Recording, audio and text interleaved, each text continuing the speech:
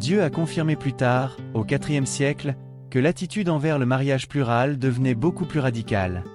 Basile de Césarée, également connu sous le nom de Bal le Grand, un évêque chrétien romain, a écrit qu'un tel état n'est plus appelé mariage, mais polygamie, voire fornication modérée.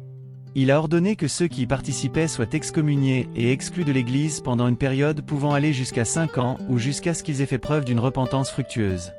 Basile a aussi étayé sa déclaration contre la polygamie en affirmant que ses opinions étaient acceptées comme une pratique courante de l'Église, non pas par les prêtres, mais plutôt en accord avec nos prédécesseurs de la seconde moitié du IVe siècle.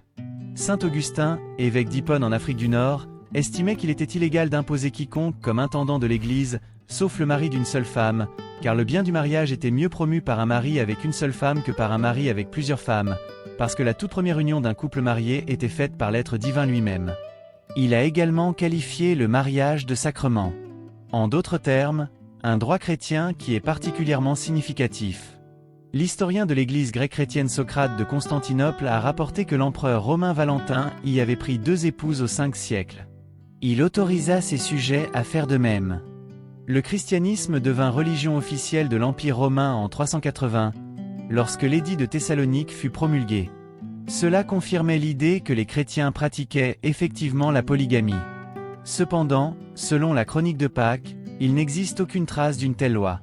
Écrit au 7e siècle, Valentin divorça de sa première femme avant d'épouser sa maîtresse, ce qui fut considéré comme de la bigamie par Socrate, car l'Église ne l'acceptait pas.